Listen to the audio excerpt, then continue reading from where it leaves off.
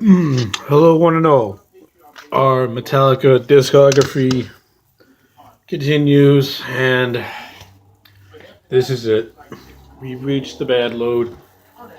We've reached the one that should not be named. Wait a minute. I'm way off. We're not there yet. What? Oh! Silly me. After Garage Inc., Metallica did not have another studio release. They, in fact, released Metallica S&M, in which they performed with the San Francisco Symphony Orchestra. Uh,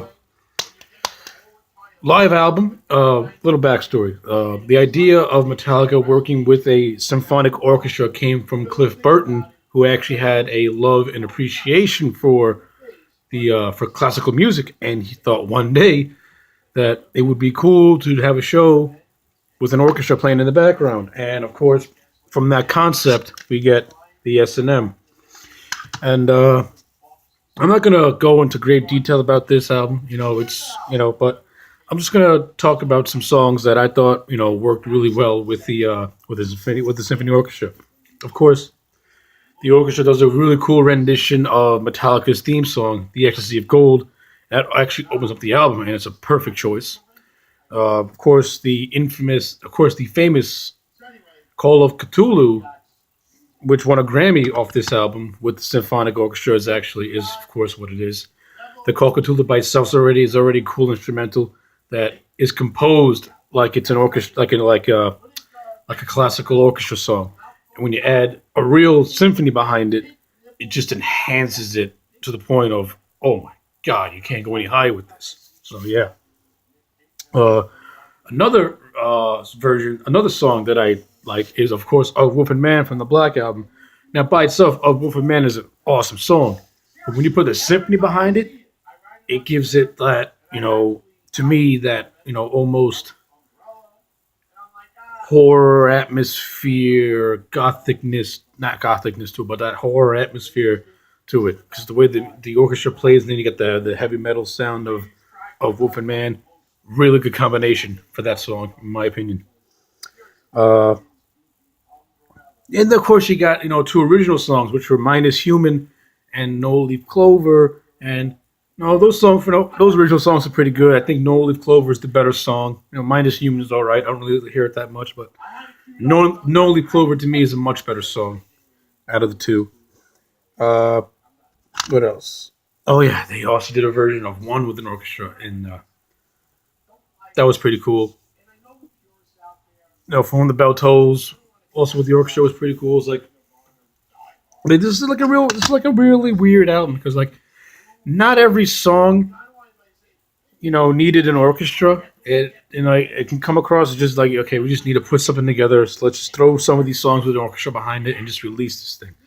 And for a lot of songs, that's just how it comes. That's just how it comes by. Whereas like a lot of songs are just like, there are times where like the band is trying to outshine the orchestra, and then the orchestra is trying to outshine the band. It's almost as if like the synchronicity between the two animals is way off. And I think Alice Cooper said it best. Was like, Alice Cooper actually, I think, said it best. I think he says something along the lines of like, you have Metallica trying to outshine the orchestra, and the orchestra trying to outshine Metallica. Instead of both of them coming together to make something more special, it ended up being like almost a little bit of a sloppy mess. But like, for what it is, the S&M is is an interesting animal. It's a good exploration. In some cases you have some hits, in some cases you have some duds. That it's not horrible. It's very odd. You can listen to it and not feel bad, but you can see, yeah, all the communication was off a little bit between the orchestra and the band, but that's nobody's fault because the orchestra, trying to keep up with a heavy metal band is not easy, especially with a band like Metallica, who have very complicated and very over written compositions. But anyway, by itself, I'll give the S&M a solid 7.5 out of 10. it's a good, like, in terms of like an experimentation. It's really it's good. Some good stuff on the a lot of good stuff on this with the Metallica and the orchestra, coming together as one and putting something together good. Of course, you got some duds, but whatever. So we, well, I can't hold it off any longer. I have to do it, and stay tuned for next time because that's when we cover Metallica's return to the studio with the 2003 release of the album that fans just don't want to remember again. But until then, stay tuned. Like, comment, subscribe, and I'll see you soon.